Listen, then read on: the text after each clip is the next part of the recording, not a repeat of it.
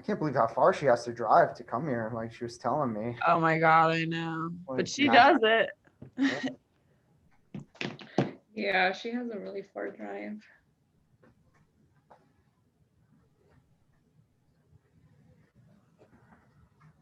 I do too, technically, but since my mom lives nearby, I kind of just hang out at her house Nice. all day, so I don't have to go back and forth in Yeah. between like lectures.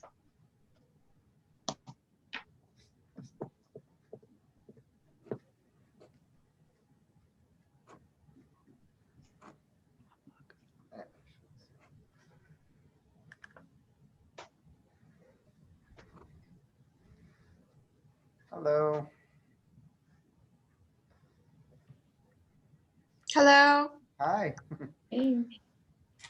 So I was just quizzing the girls before you got on, just to see if you are familiar with like the pathway that blood travels through the heart. So we're I remember that, I'm sure. yeah. Can you do it? If I'm a drop of blood coming in through the IVC here into the heart, Well, can the you blood track it? is from superior and inferior vena cava and then goes to right atrium Yeah. through tricuspid valve Good. and then into right ventricle Good. and then pushed into through the pulmonic valve Good. into pulmonary artery Oh, she's good. and then goes to lungs. Yep. It gets oxygenated. Yep. And going back to the heart through the pulmonary veins. Yep. For pulmonary veins. To the left atrium, and then goes through mitral valve. Good. To left ventricle, and then push through aortic valve to aorta. Okay. Perfect. Awesome. Everyone gets 100. Yay. Nice. Good job. So today is going to be a lot of notes. So I'm going to go over valves. We're just going to do valves, valves, valves. All right. So I'm also recording the lecture. I was able to upload the vascular one. I had to like register on YouTube and like become an official like YouTuber to be able to upload it. Yes. I know. 'Cause it's Channel now. yeah, so it's on there now. It's under week 2, I believe, like vascular. So that lecture's it's uploaded now. Alrighty. So for valvular disease, we have 2 main diseases. We have stenotic lesions and we have regurgitant lesions. So I'm first going to talk about stenosis.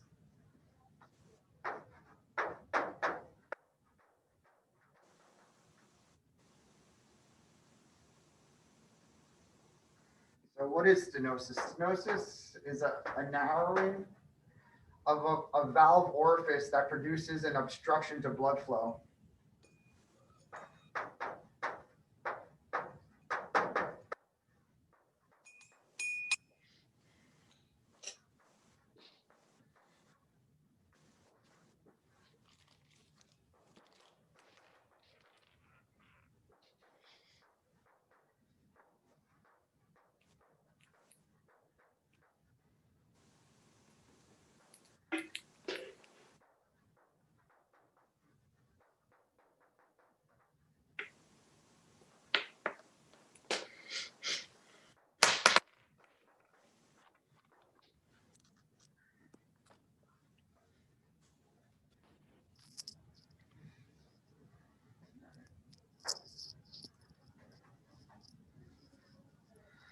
All right.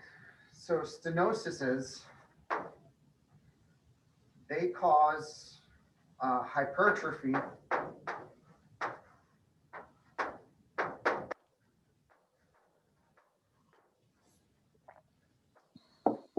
ventricles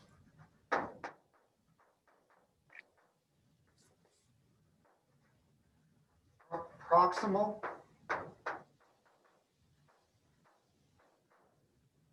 to the stenosis.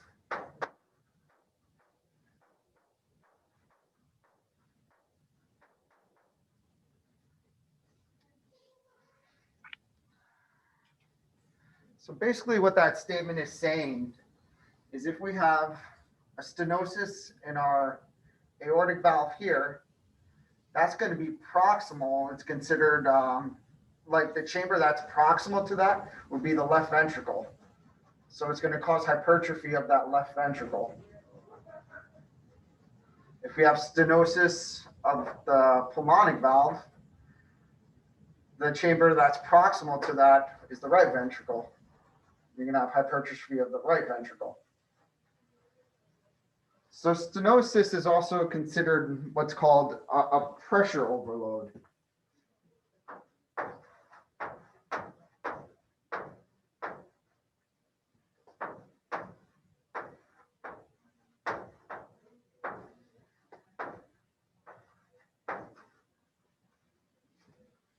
So it's a pressure overload first.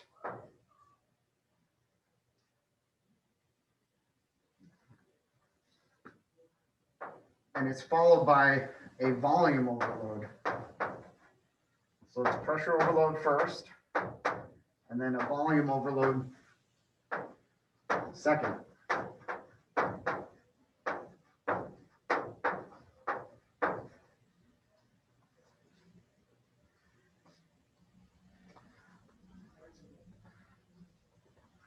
So if we look at the heart's response, the ventricles, they hypertrophy. They have the muscles, they're the pumping mechanism of the heart. The atria really don't have those muscles. Their response, instead of becoming hypertrophied or thickened, is they become dilated. They get bigger and bigger and bigger.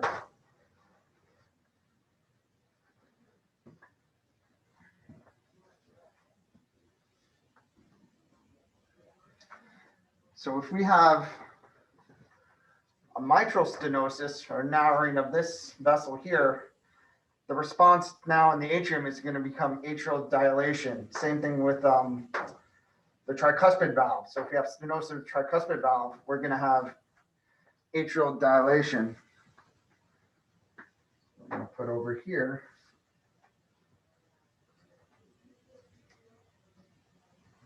Put stenosis causes dilation of atrium proximal to the stenosis.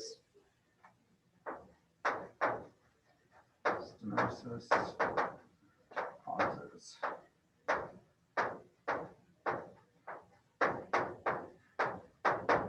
atrial dilation.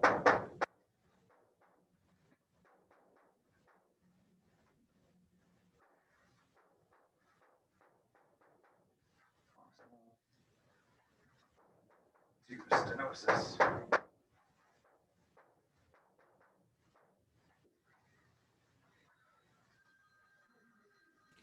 And that's because of the volume overload in the atrium. Correct. Yeah. So now it's kind of reversed. So now this is now a volume overload followed by a pressure overload. So with the atria, this is correct volume overload. Oh, sorry.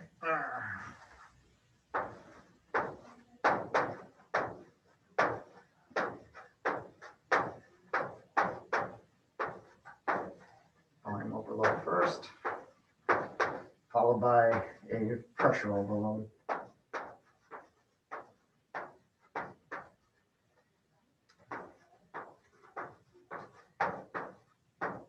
My writing is horrible. Second.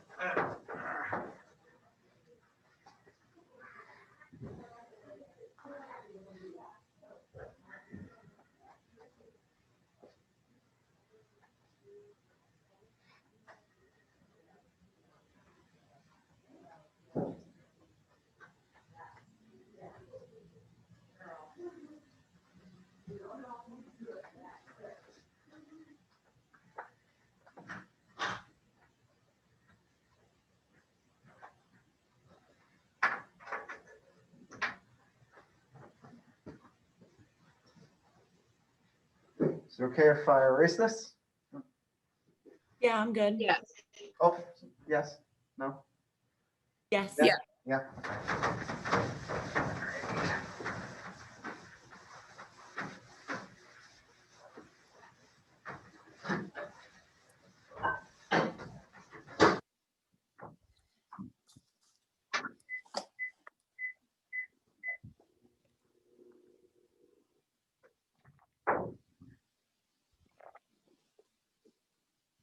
So in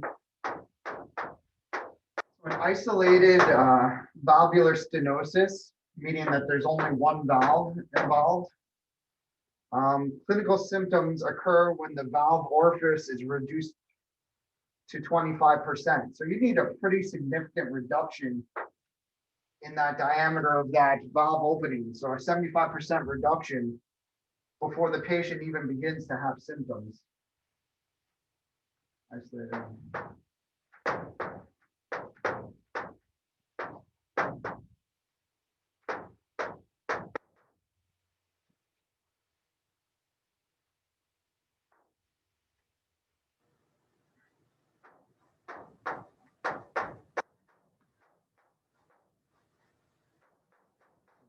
5% reduction in valve orifice.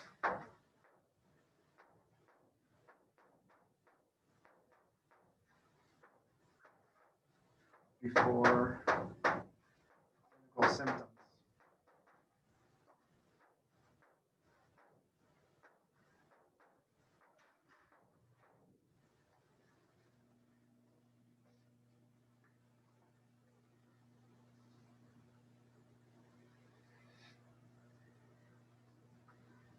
So if it's not an isolated valvular stenosis, if there's more than two valves that are stenotic, symptoms will show up earlier.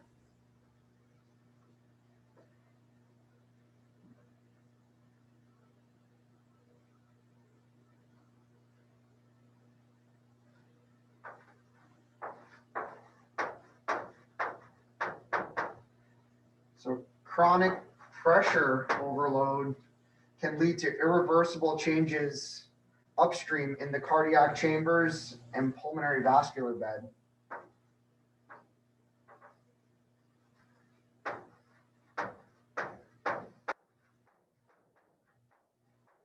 Pressure overload.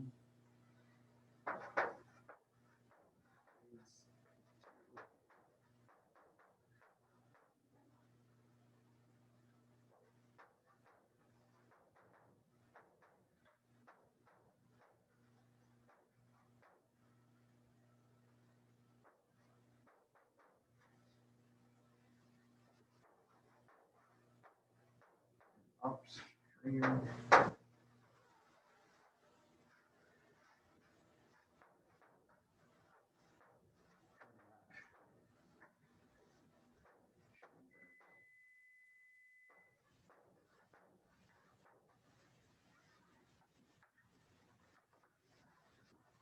And pulmonary vascular bed.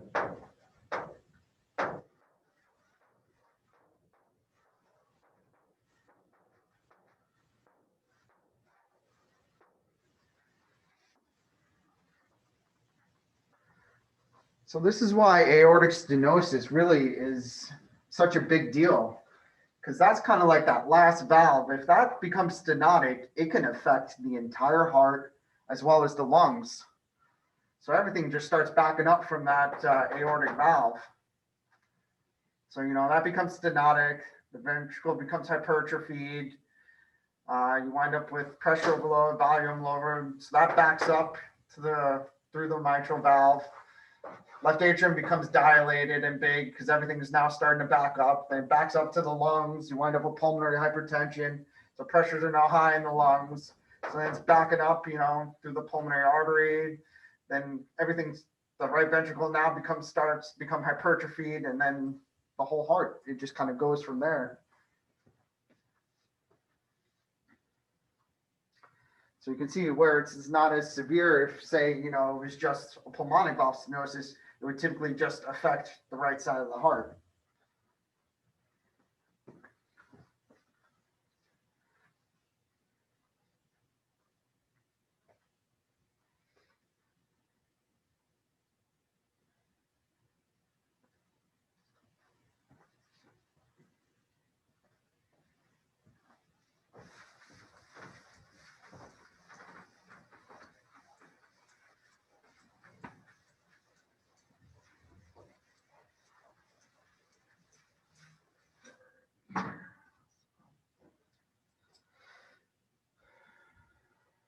So when we look at the valves of, the leaflets of stenotic valves, the leaflets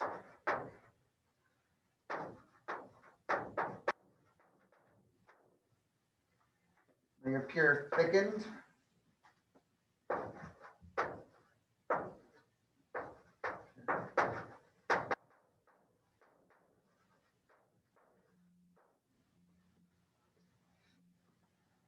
Uh, They can appear calcified.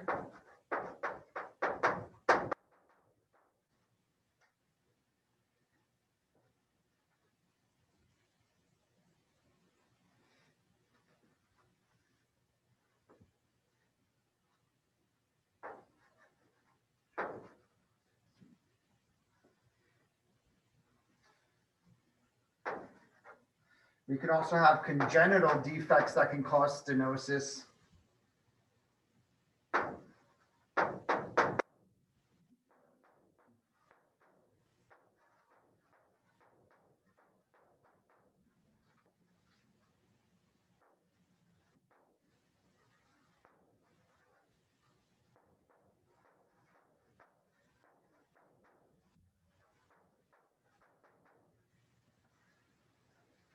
So a good example of that would be a bicuspid aortic valve.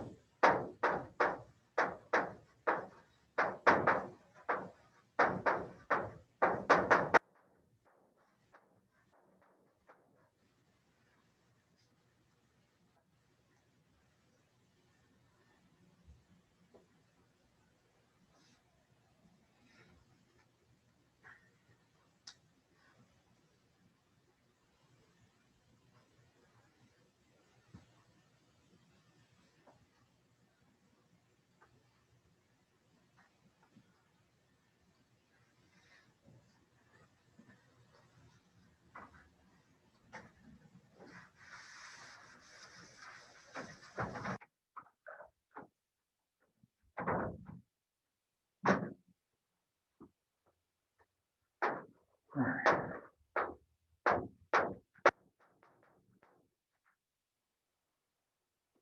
So measuring stenosis.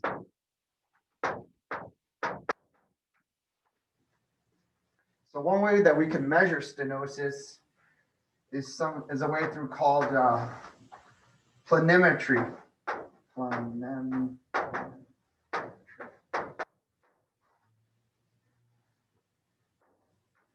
And this is actually physically measuring or tracing the valve area.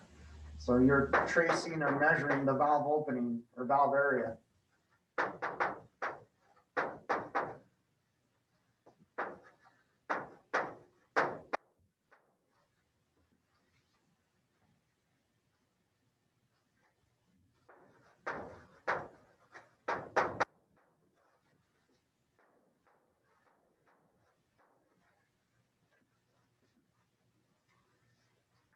So kind of an example of this would be like your parasternal short axis view, and you have your I can't pronounce it, fish mouth for the mitral valve, and you actually can like have an option on the machine where you can trace along that opening to measure how large that opening is and get an area. So that would be an example of planimetry. Can't even pronounce it. Jeez.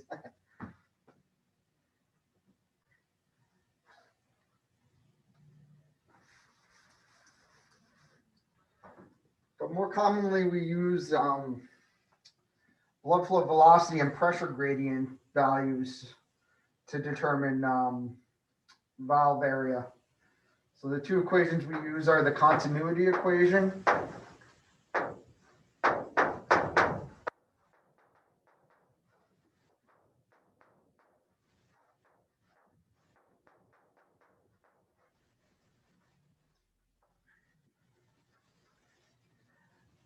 and this is typically used for aortic stenosis.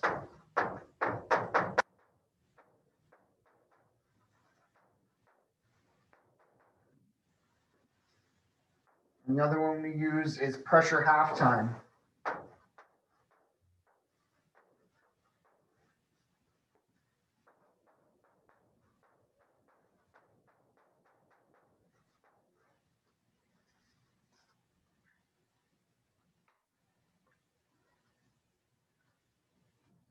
This one is used for mitral stenosis.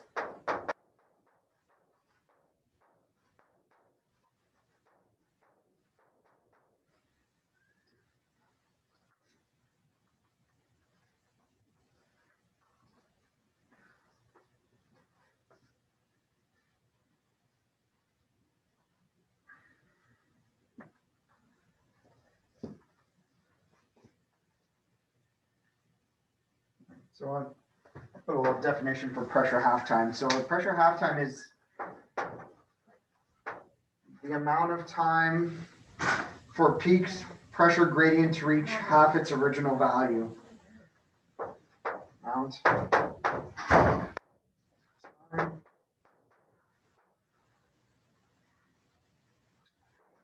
or peak pressure gradient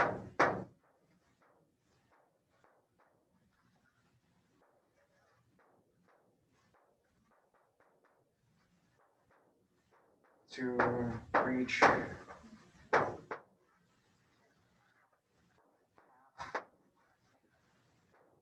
its original value.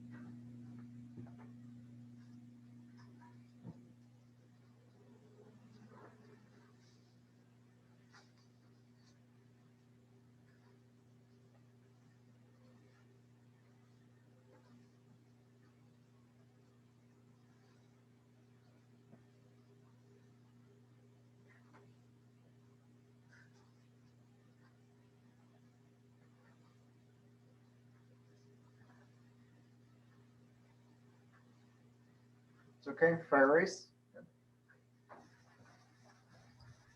Then does it mean it's time for it's time for a ventricle to fill in with the half of the volume? That's what it means, pressure halftime? So pressure halftime. So that's you'll see when they have like a tracing, and they trace along like that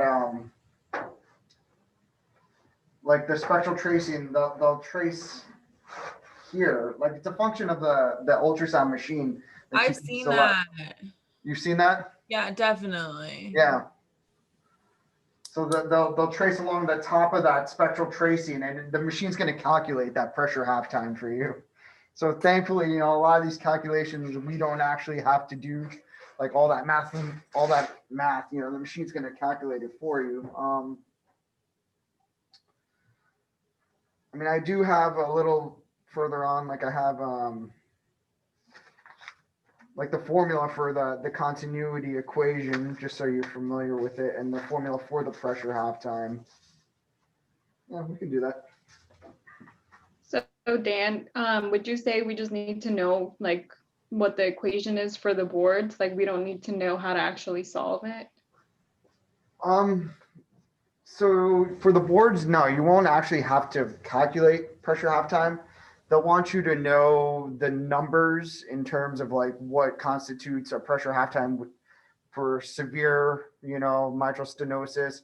What is, the valve area for severe aortic stenosis? And I'm going to give you like all like the key values, that Perfect. they're going to be looking for on the registry with in terms of like, pressure halftime and valve surface area.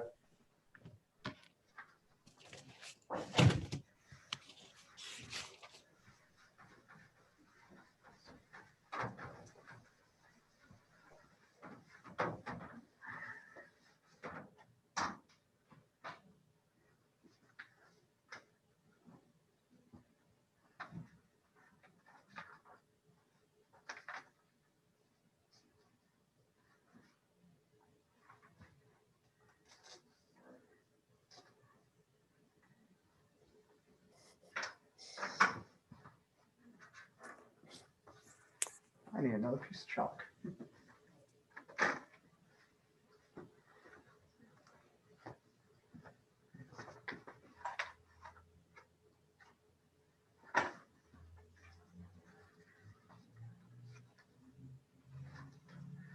All right, so we're gonna do aortic valve.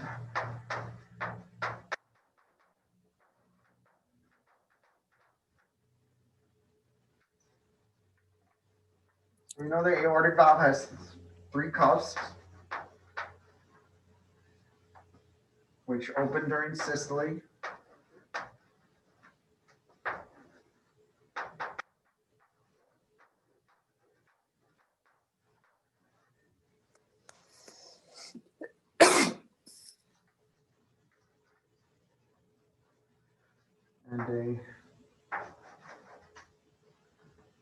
And normal aortic valve area. So I'm gonna do AOB. Aortic valve area is 3 to 4 centimeters squared. So this is an area.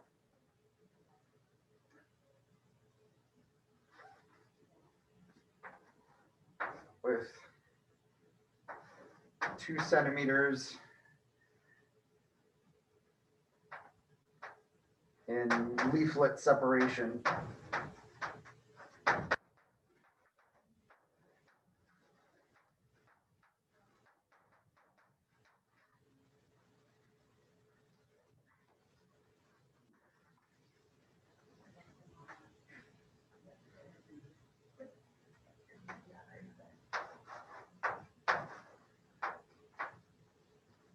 So aortic stenosis symptoms.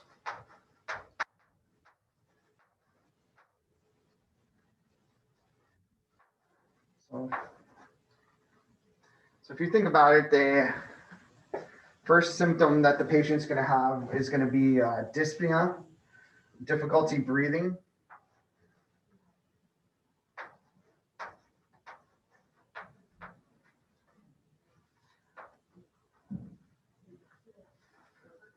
They could have syncope.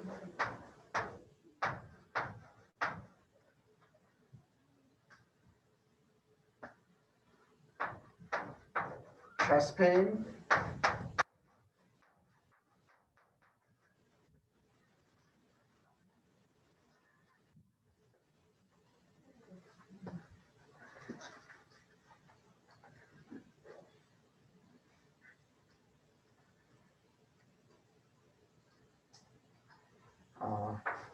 Right-sided heart failure.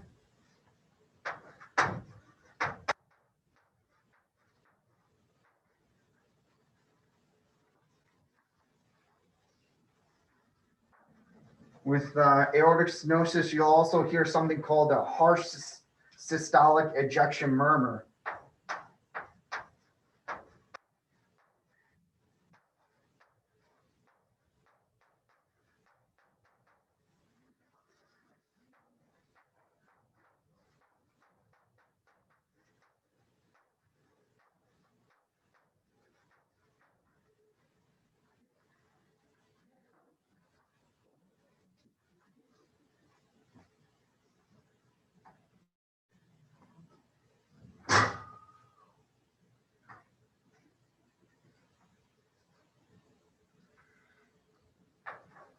And aortic stenosis is mostly caused by degenerative valvular calcifications.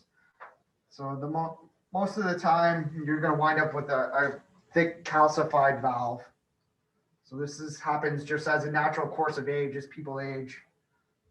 So it's degenerative valvular calcification. So these are thick calcified leaflets.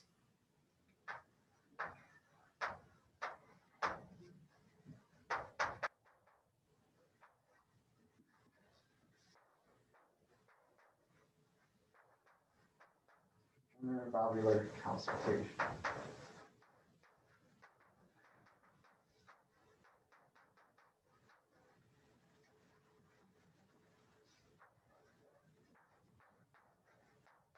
Thick calcified leaflets.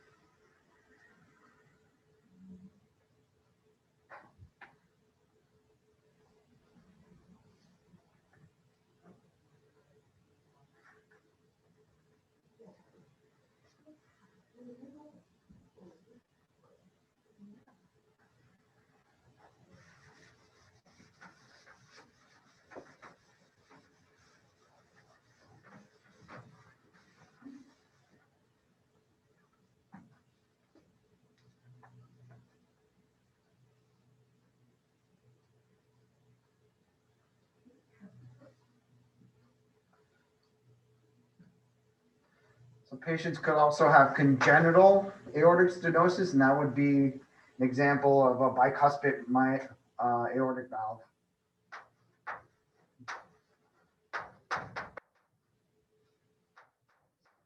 Congenital AS, yeah, bicuspid aortic valve.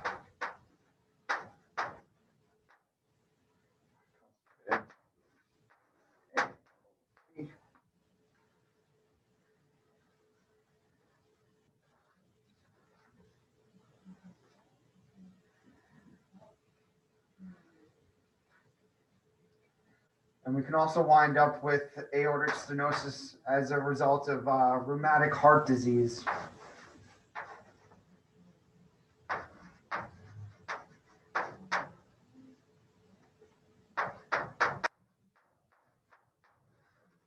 Typically, when we hear rheumatic heart disease, we think more of the mitral valve, but it also can affect the aortic valve as well.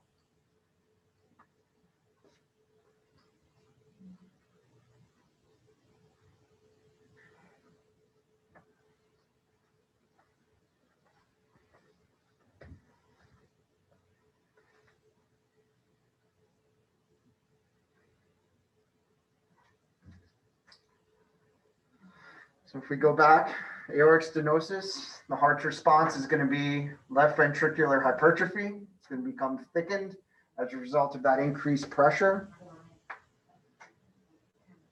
Over time, it will also become dilated because you also now have a volume overload as well. But the initial response is going to be thickening of the left ventricle. And since we do have increased volume now, you're going to typically wind up with dilation of the left atrium as well.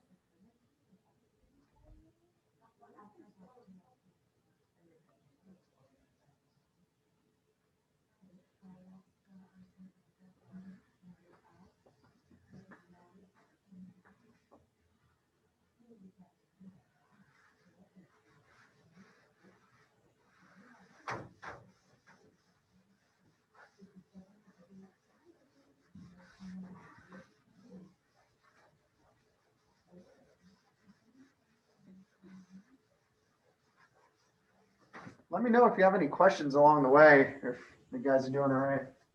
This makes sense. I actually like taking notes this way.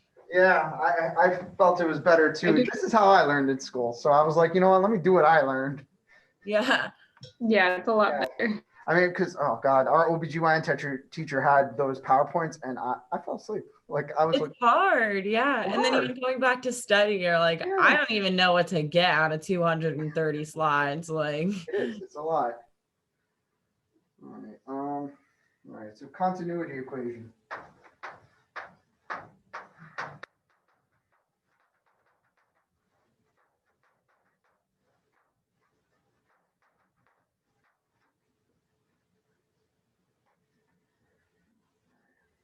So like we said, it's used to find the aortic valve area.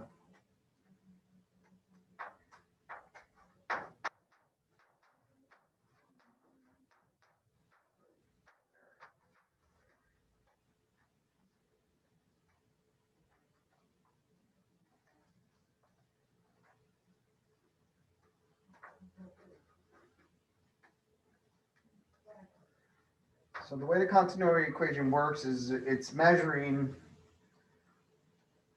the systolic volume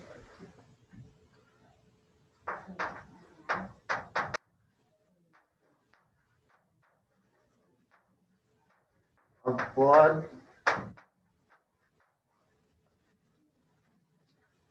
through the LVOT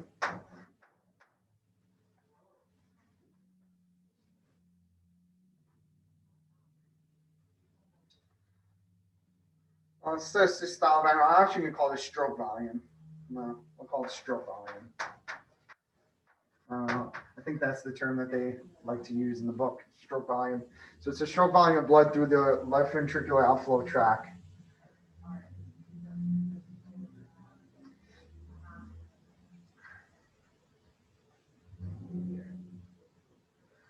So that stroke volume, SV, equals the velocity time integral times the area.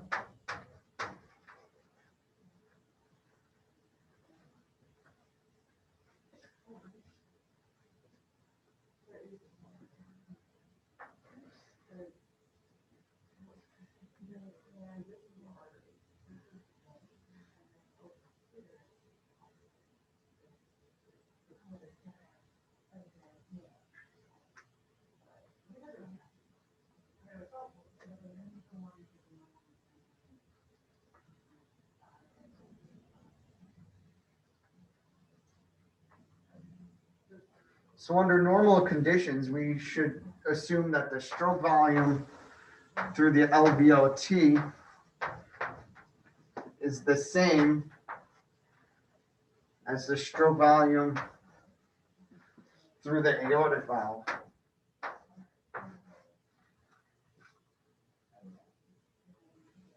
But when we have a stenosis, we know that it's no longer equal. So we have more blood trying to get through the LVOT than is able to get through the aortic valve.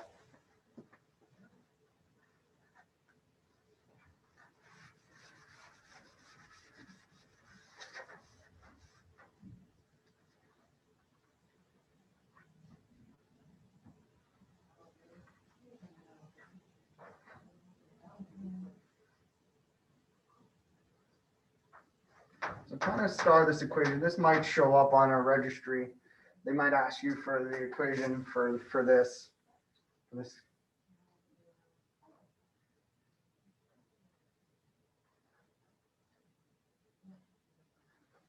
They're not going to give you values. They probably just might give you, just what are the components of it. All right, so when we're doing the continuity equation,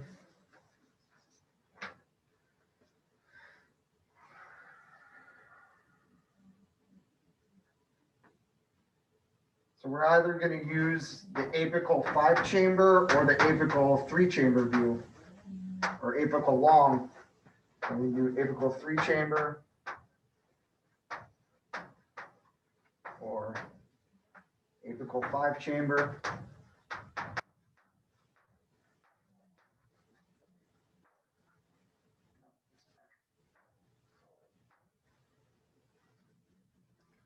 So the reason we use these two views is because of the Doppler angle.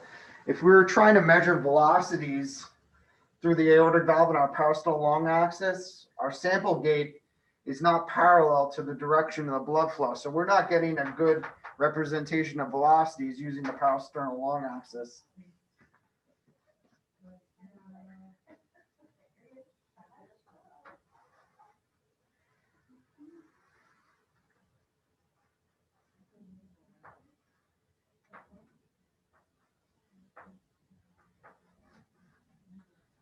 So if we have our apical 3-chamber view, we have our left atrium, blood coming up through, we're able to get a better angle on that aortic valve to Doppler to try and get more parallel to that blood flow. So we're able to get much more accurate velocities using either the apical 3-chamber or the apical 5-chamber view.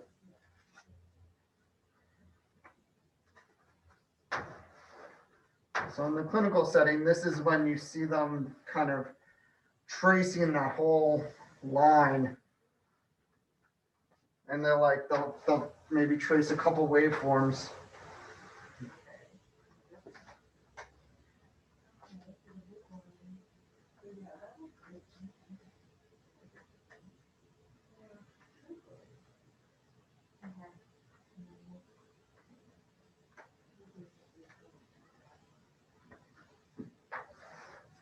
typically we trace 3 to get an average. I see most labs, they like to do three waveforms.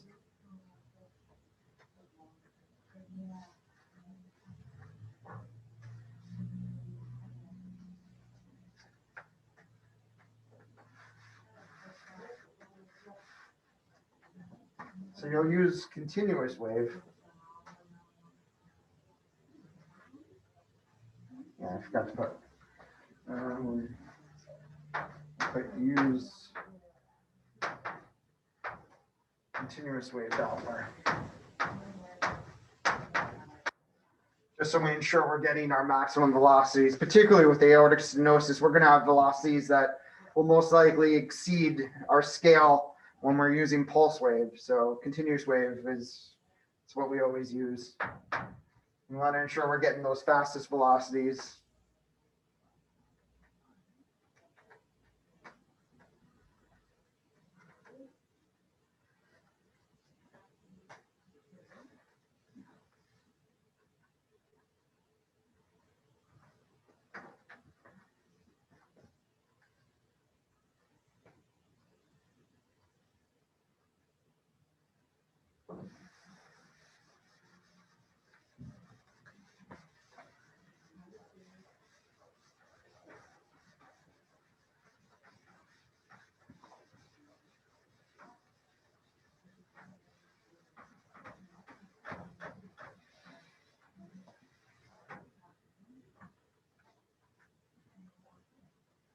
So severe aortic stenosis.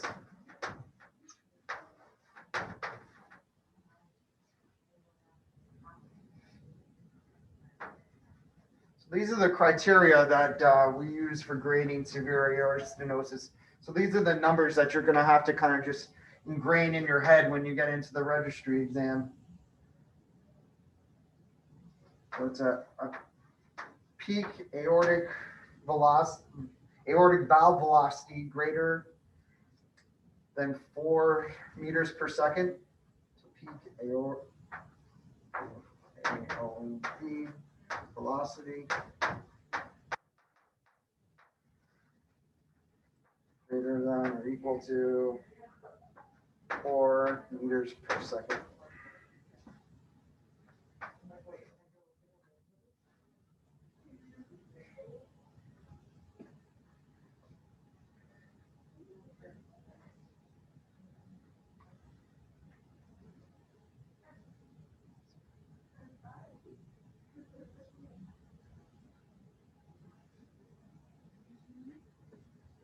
So if you think about it, we translate that, that would be 400 centimeters per second. So that's fast.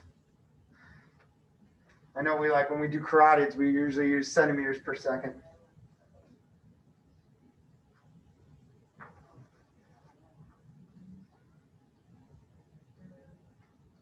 So the next one is a max pressure gradient greater than or equal to 50 millimeters of mercury.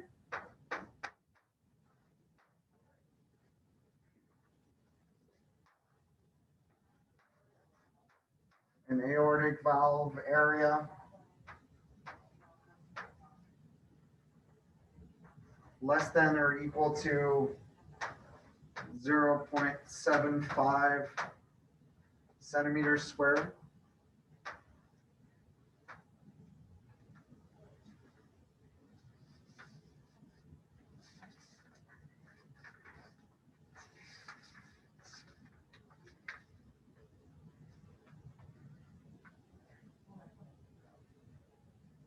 So before we said that a normal aortic valve area is 3 to 4 centimeters squared.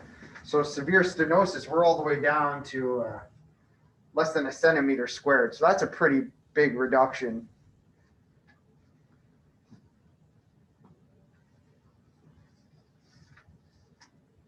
So Dan, for the first two values, would you get those numbers when you do the continuous wave, or when would you get? So, yeah, when you're getting your continuous wave, you could see like how fast the velocity is. You can get it. You can use that, you know, as like a criteria. Got me. So the machine is going to get you the pressure gradient. The machine's also going to be able to calculate, that valve surface area when you put in all your measurements.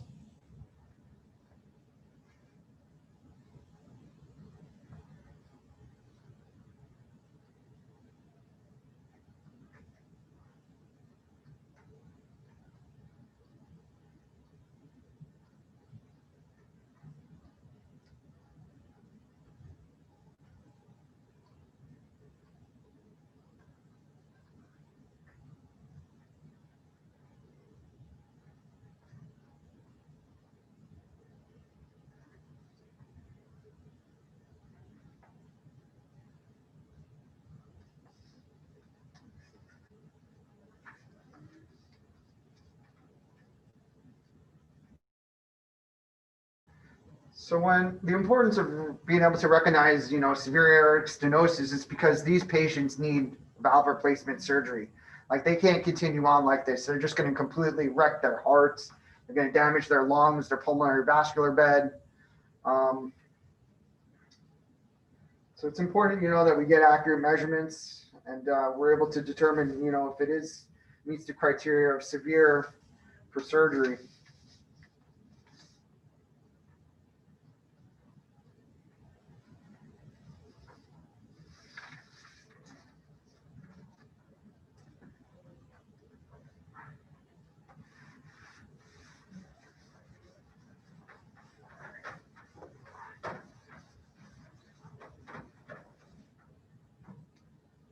So now we're going to do mitral stenosis.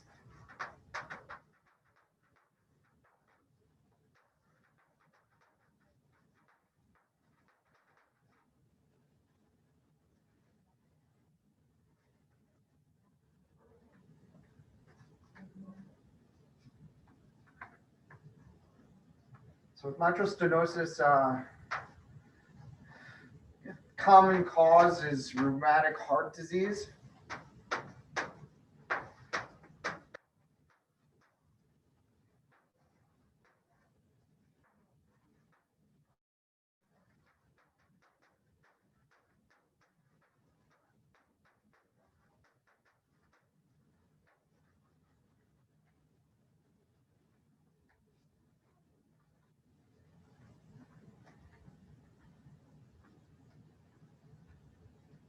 So again, the leaflets appear thickened and calcified.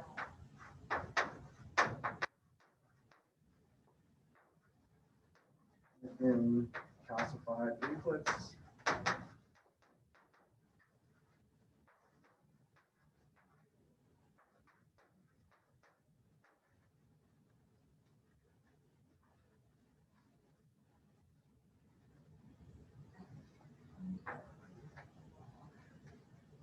On M mode, we might see a decreased E to F slope.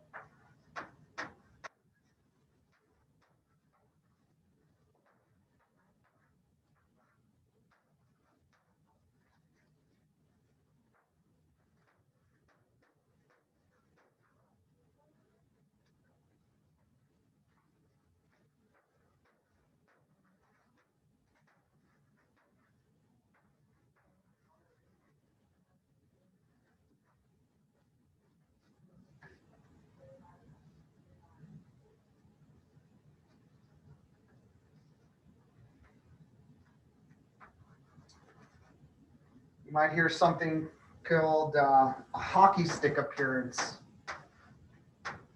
used to describe a stenotic mitral valve.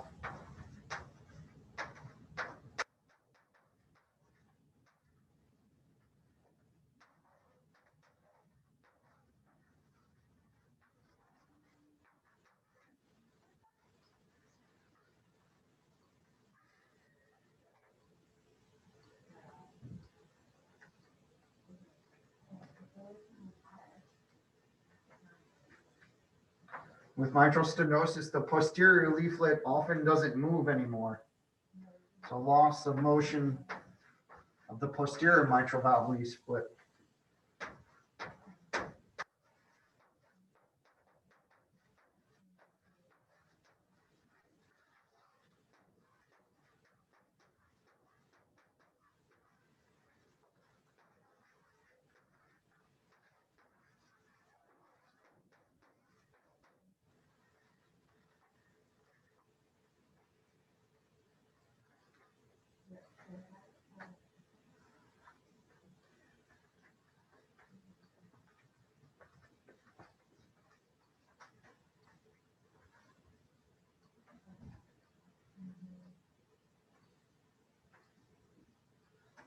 Can anyone tell me what the heart's response is now for mitral stenosis?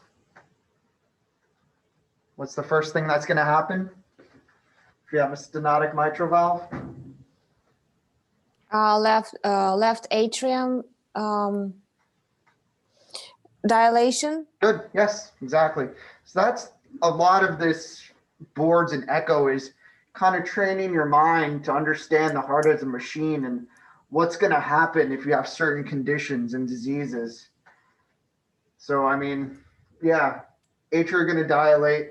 Ventricles are typically going to hypertrophy, you know, and understanding volume overloads versus pressure overloads, you know, and just getting your mind to kind of think of the heart as a machine, you know, like if this happens, this, and this is going to happen, you know, this is going to happen first, followed by this, and then this, and kind of following things, you know, upstream.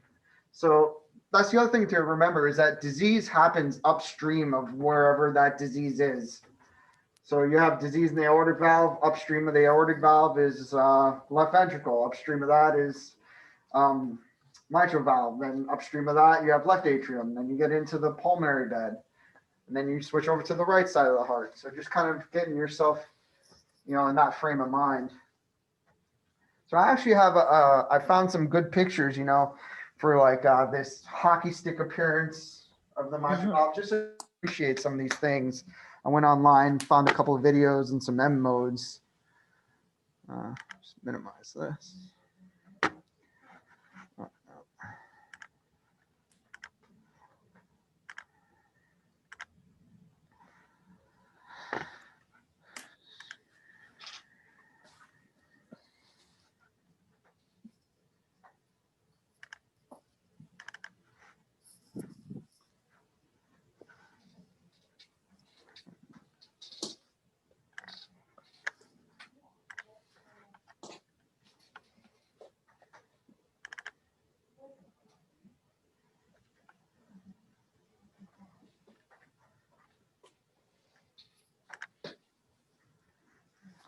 So this is an example of a hockey stick mitral valve. Uh-huh. So you can see it's thick, it's calcified, and that anterior mitral leaflet, it looks like a hockey stick.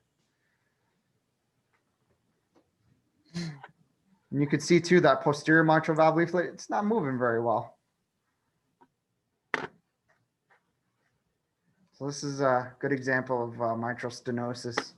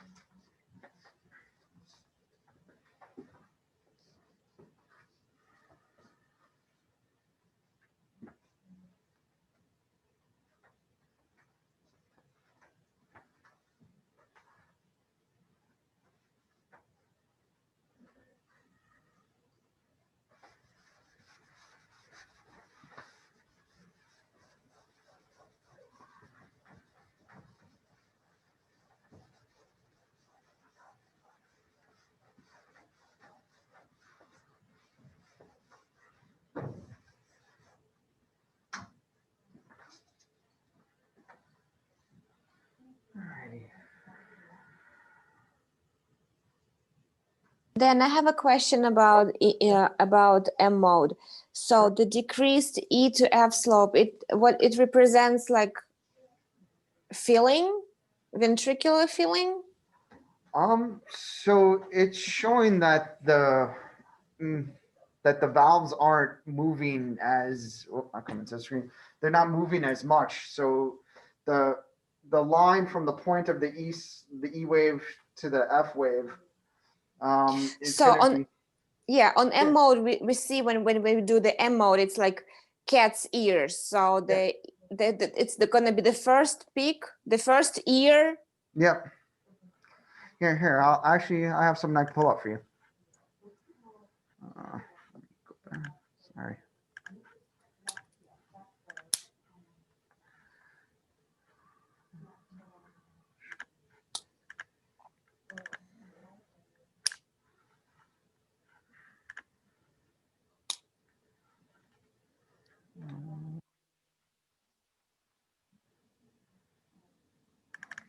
Where's this one? Yes.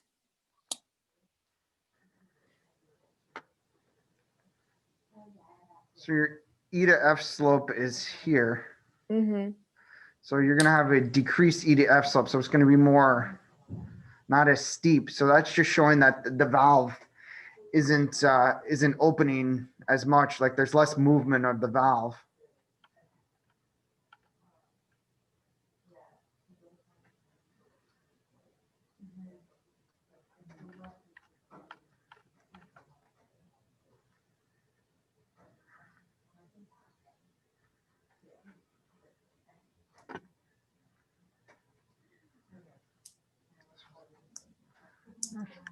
Actually, I had a, let me see. Throw on here 1, 2 for mitral valve prolapse. Mm-hmm.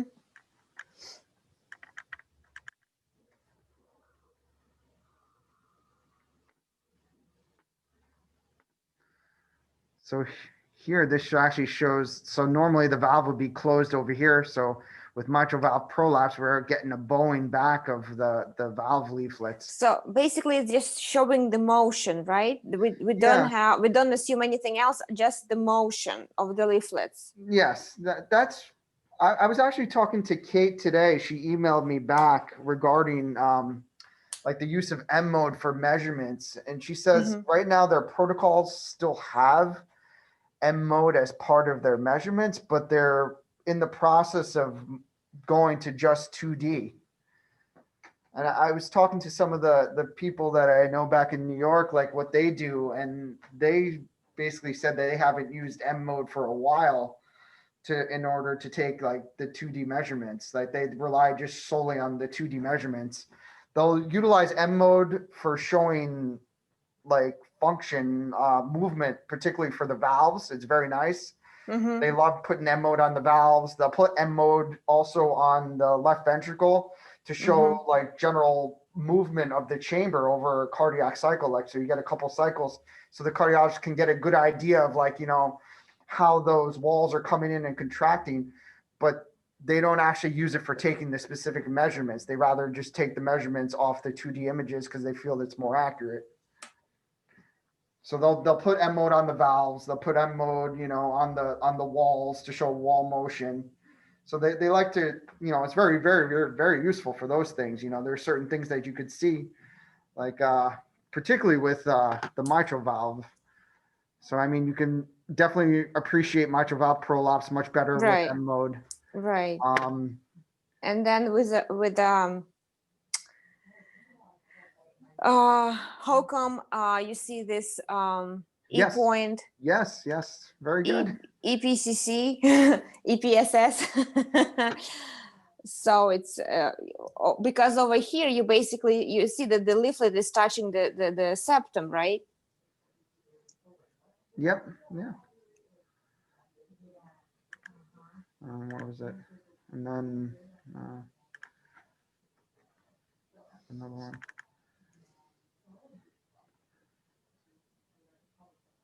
So this is called systolic anterior motion of the mitral valve leaflets. So with this,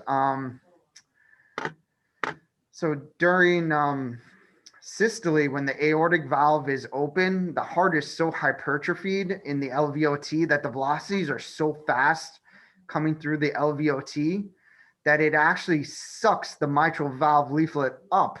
Like when it should be closed, it sucks it up into that LVOT. So that's what you're seeing here. So normally the valve will be closed here, but it's during systole, it actually gets sucked up. So this is a condition called systolic anterior motion, or SAM.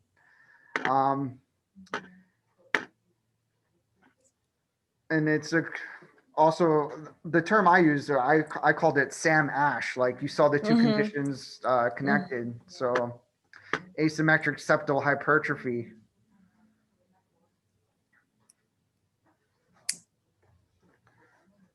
But yeah, so I mean, the use of M mode definitely is it's still very very useful in echocardiograms. It's just it's not. I guess it's kind of like a transition phase, you know, like Kate was telling me in Christiana, like they're trying to switch it to the more current and updated methods. But she says as of now they still do um, M mode measurements. So I told her I'm gonna try, you know, teach both and So it's have more you- like visual other than used for actual measurements. measurements. Actual measurements, it's better 2D. That's the general Mhm. consensus that I got from Mhm. people. Yeah.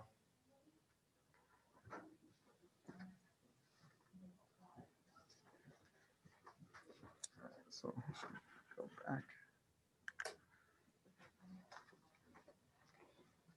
And I'm trying to reach out actually to some people to try and get a handout that has all these M mode tracings on it, showing Mhm. all different pathologies. It was like I'm gonna see if I've been trying to get my hands on that. I've been searching the internet for it, just kind of like this all-in-one.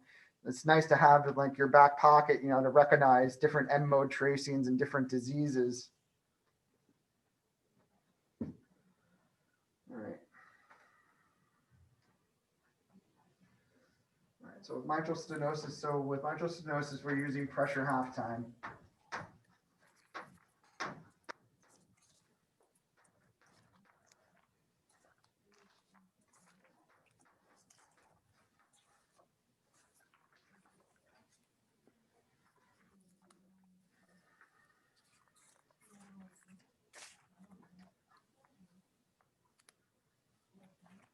So we get the peak mitral valve velocity.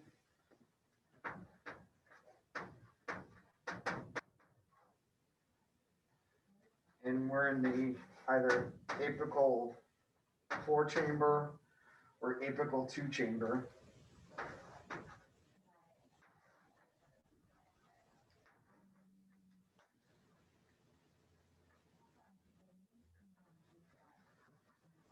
Again, we're using continuous wave Doppler.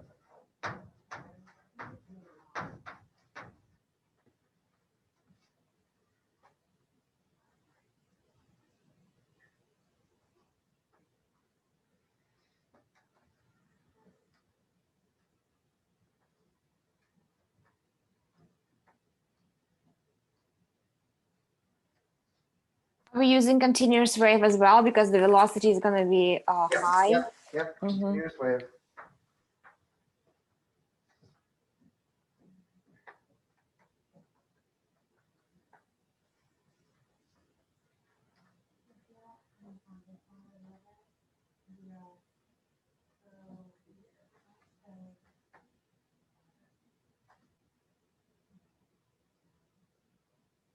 Then, what if the mitral valve is not stenotic? It's normal. Are we still using continuous wave?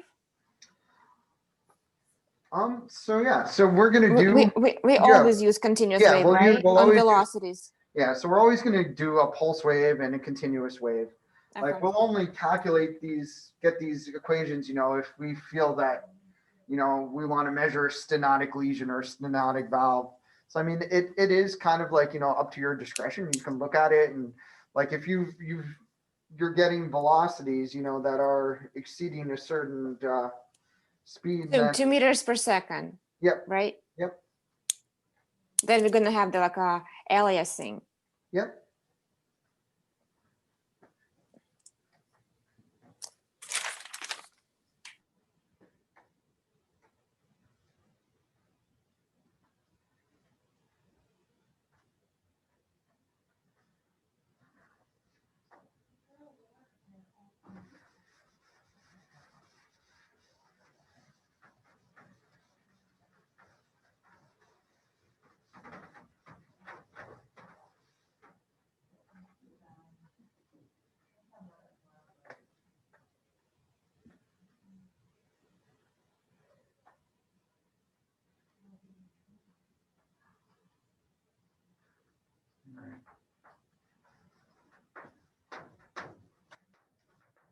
normal pressure half time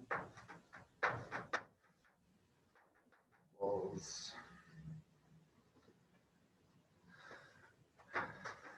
30 to 60 milliseconds. Milliseconds.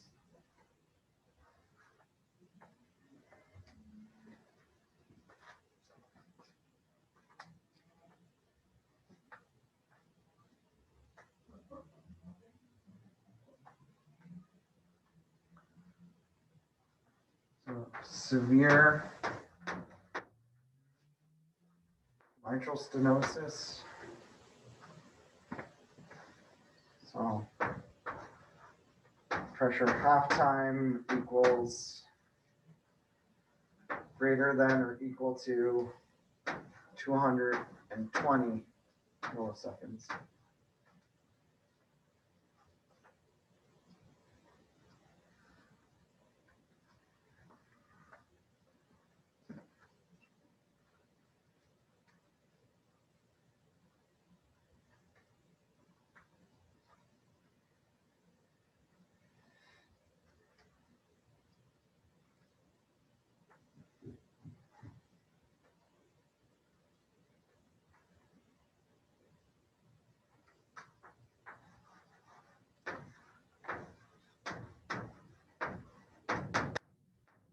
Mitral stenosis grading. Normal.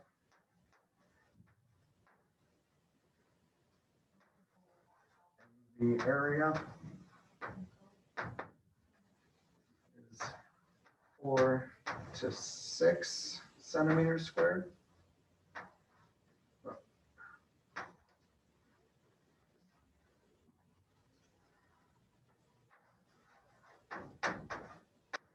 Mild AS is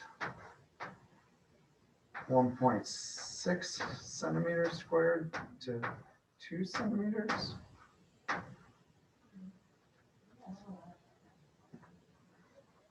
Moderate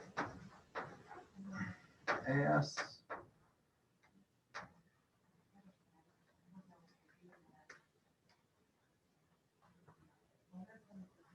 is 1.1 centimeters squared to 1.5.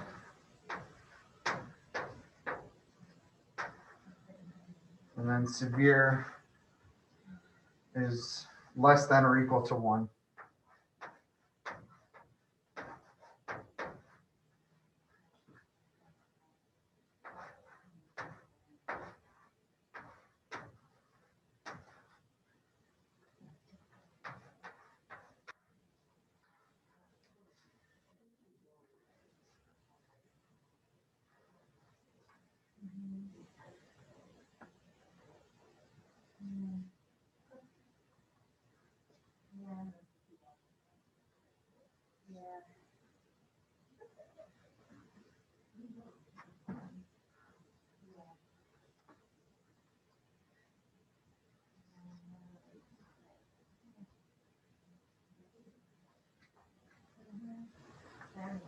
You meant to put MS, right? Not AS.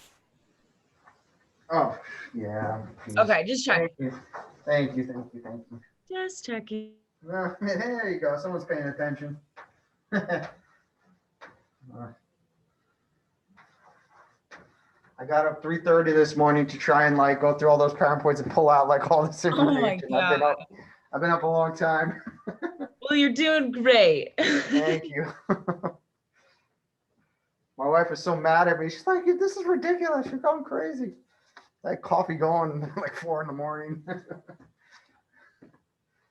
It's gonna be easy for you next year with the first year Yeah. students. Hope so. Then- Oh, man, echoes a lot. Like I really like. Kathy and I were talking about like the program maybe like somehow first year vascular, second year echo, or something like along those lines. So you get a whole year just doing echo, you know, or like. That might be nice. might be Yeah. nice. Yeah, you know. Because at least by then you've had physics under your belt, you know, like all that's, Right, right. I don't know.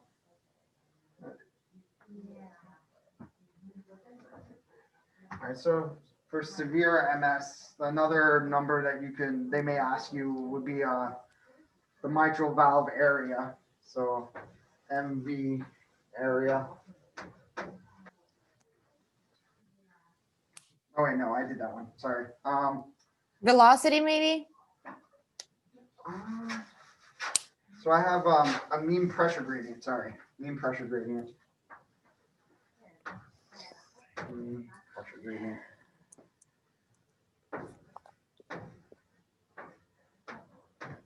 And that's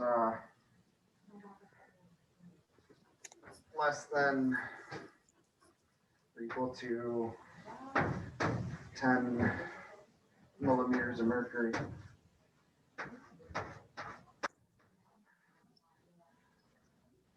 So 10 millimeters of mercury, less than 220. These are the big ones, the 220 and the 1 centimeter squared. I mean, those are the ones that you're going to see show up on your registry. They want you to be able to recognize severe. And typically they want you to recognize normal. And they're not going to kind of ask you really these gray areas. And that pressure gradient is for severe Severe. mitral stenosis. Yes. Yeah, Okay, severe. cool. Yeah.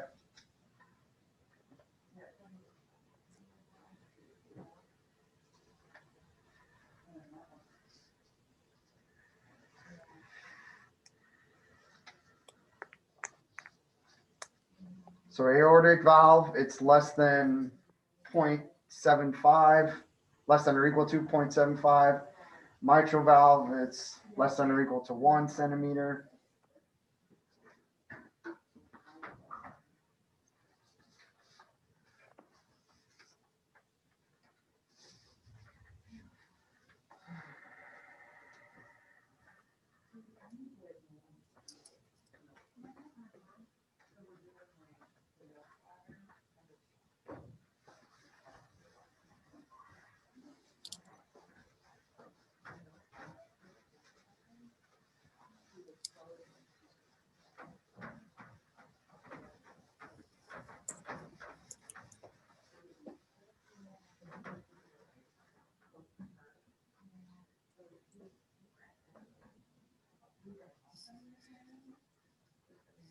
All right, so consequences of mitral stenosis.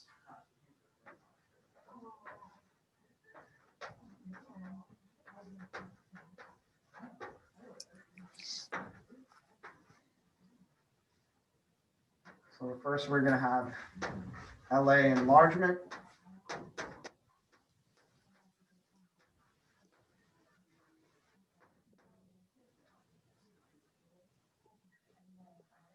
So with left atrial enlargement, we're going to wind up, I'm going to redraw our left atrium here. So I don't know if you can see over here, this is the left atrial appendage now coming off the left atrium. So when this left atrium becomes big and dilated, what's going to happen now is that blood flow is going to start not circulating as well, and you're going to wind up, you can potentially see what's called smoke, like a smoky or Rayleigh's flow. Like the flow, you'll be able to actually kind of visualize the blood cells because they're not moving very well. And it's going to fill particularly this left atrial appendage.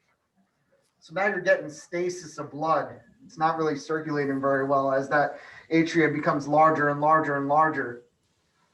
And the issue is blood gets stuck up here now in this left atrial appendage because it's not circulating very well. It's not moving very well because of that stenotic lesion. So you're going to start developing thrombus or clots, particularly in this left atrial appendage. So we don't usually see this on our normal transthoracic echocardiograms. So these patients, if they're worried about thrombus within that appendage, will wind up getting a transesophageal, and you get a nice image of that appendage through a transesophageal exam. So the risk with this now is you can wind up with stroke.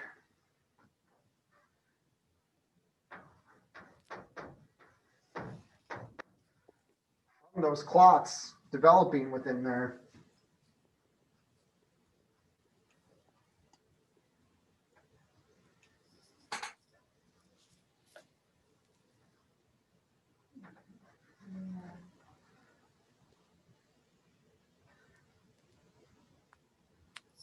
And then you have damage to the pulmonary vascular bed.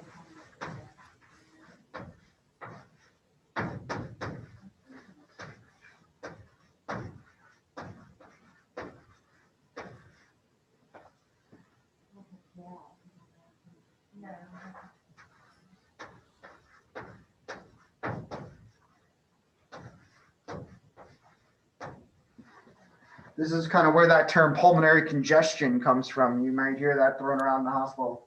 Pulmonary congestion. Is it because there is going to be like a pressure accumulating there? Yep, Back yeah. back in the Yeah, Pulmonary- pressure. pulmonary veins? Yeah, everything's just kind of backing up. Pressure's building up. Blood flow is kind of building up and kind of backing up. It's kind of like you have a clog in the pipes, and like so a little bit's getting through. The blood flow is having a hard time. The pressure's going up. So as the pressure's going up, like you have less of a pressure gradient. So blood flow starts slowing down, and everything's just kind of like slowly backing up. So, you know, you got pulmonary hypertension starts to develop. So you got pulmonary hypertension, pulmonary congestion.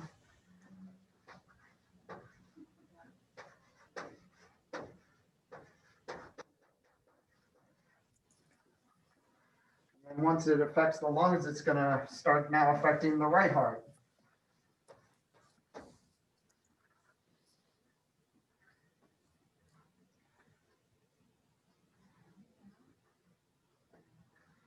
So now you can start winding up with right-sided heart failure.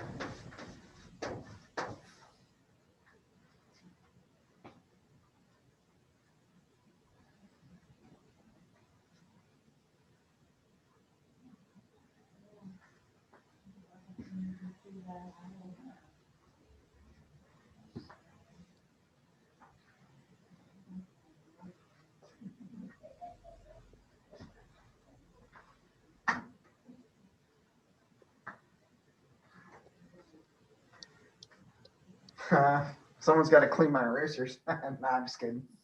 It's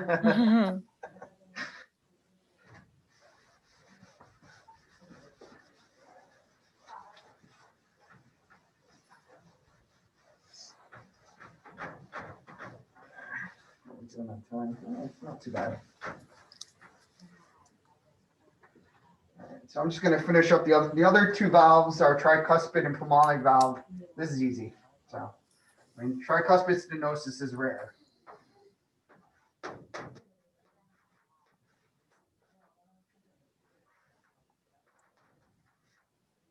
That's rare.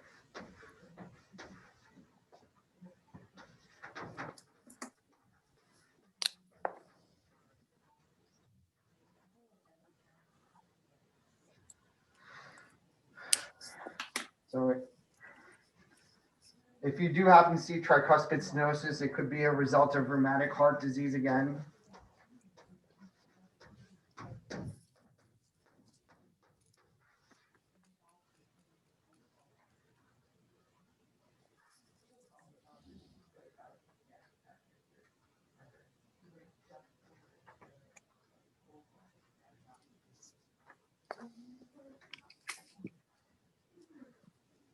Another one would be carcinoid syndrome.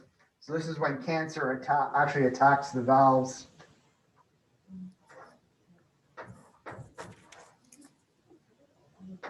Carcinoid syndrome. I'm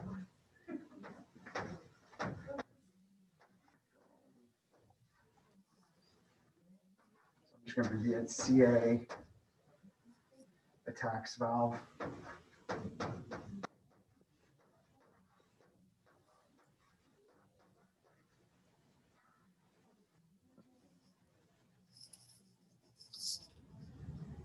Is it because the patient has like a cancer? Yeah. They may have like an underlying cancer that could get to the heart. Like it would be like a more of a metastatic process. Typically like a lung cancer, like a lung cancer could invade the heart just because of the proximity, or like it maybe some sort of mediastinal cancer, but more commonly lung cancer can wind up in the heart. Dan, what does it say in the bottom? I can't read Oh, a it. CA attacks valve. Okay, thank you. And the cancer attacks valve. So that's carcinoid syndrome. That's when the cancer can attack the valve. But again, it's very rare to see tricuspid stenosis. I mean, it would be mainly due to some sort of like rheumatic heart disease, but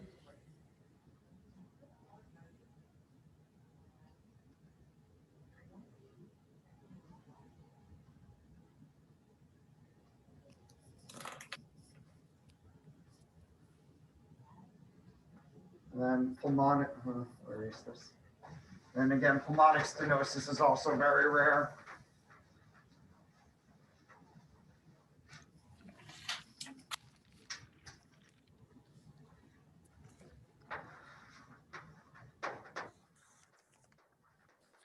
So for the tricuspid valve, first it would be like the volume overload in the right atria, and then it would be a pressure overload in the ventricle, and then hypertrophy.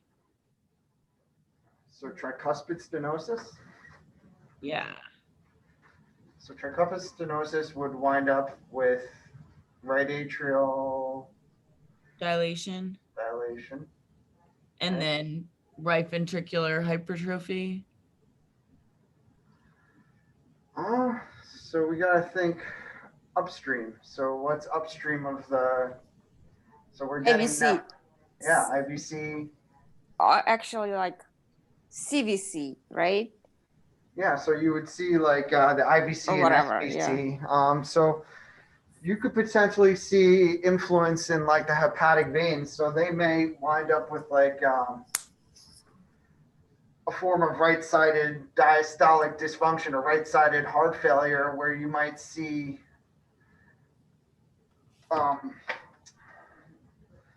you could potentially see like reversal of well, not necessarily reversal. No, it wouldn't be reversal, but like, I mean, the main thing you would get would be that right atrial dilatation. It could back up into into that into the IVC SVC, and you could see some effects within like the portal vein. So you'd have probably a dilated IVC, you'd have a dilated SVC. You could see backing up to the maybe portal venous, like the portal system. I'm not portal system, hepatic veins. I'm sorry, hepatic veins. So you can see back up to the hepatic veins. As this starts to dilate too, you have to think the chamber gets bigger and bigger. These annuluses are going to come further apart. So now you're going to wind up, in addition to that stenosis, you could probably wind up with regurgitation as well. But you're not necessarily going to see hypertrophy of the ventricle with that, because that's upstream.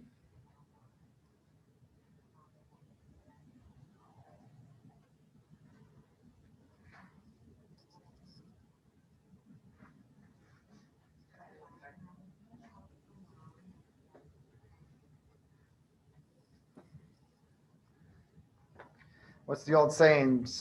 Poop flows downhill. So you kind of think of what's downhill. All right. I think that's what was confusing me. I get it. Yeah. All right. So then pulmonic stenosis. This is also very rare.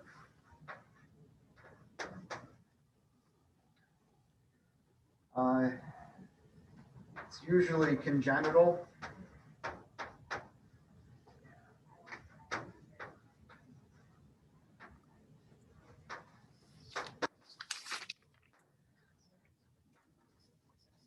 That's going to be, like the valve isn't formed properly.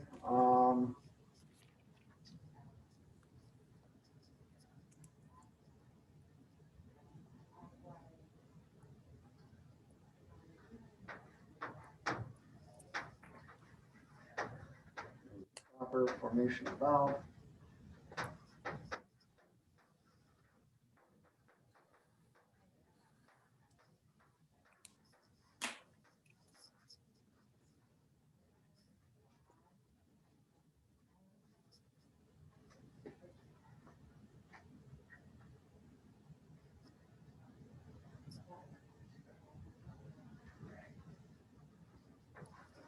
There is one thing that's a little bit unique too to the pulmonic valve. You can have something called subvalvular stenosis.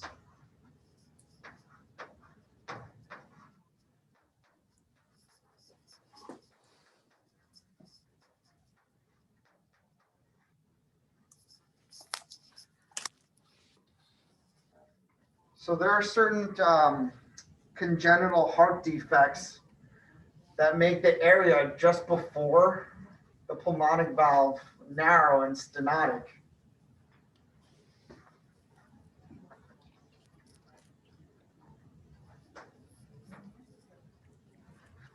So those congenital heart defects would be one called tetralogy of Fallot.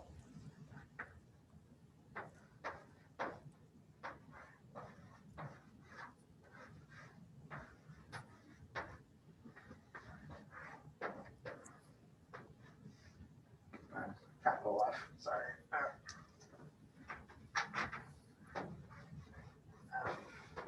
So it's Fallot.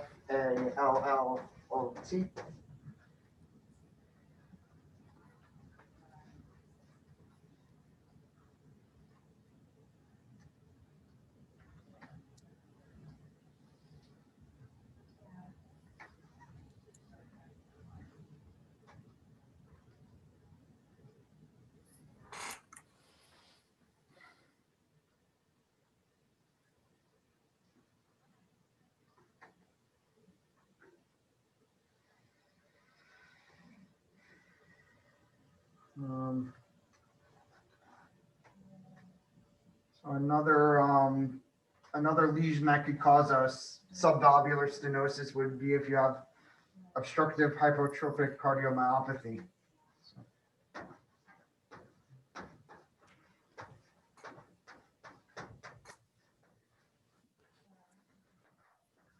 Hypertrophic cardiomyopathy.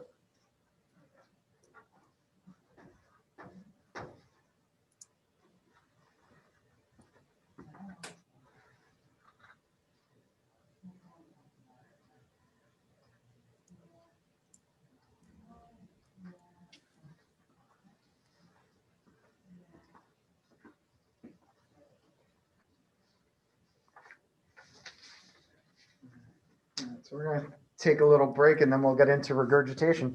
All right. We did it. Hey, I'm Yeah, proud. five minutes. Yeah, definitely. Please. Thanks.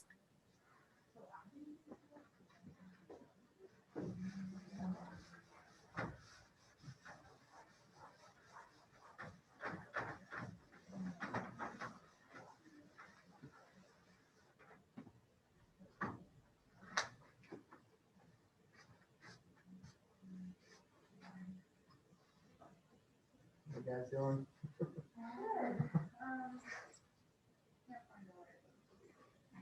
Red Dead River?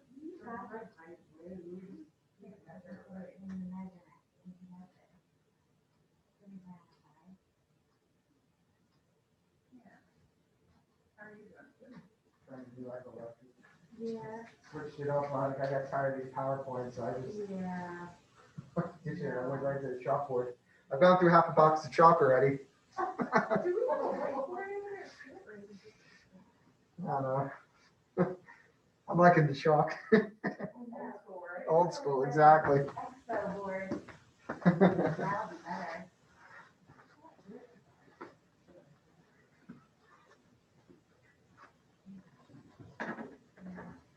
Smell?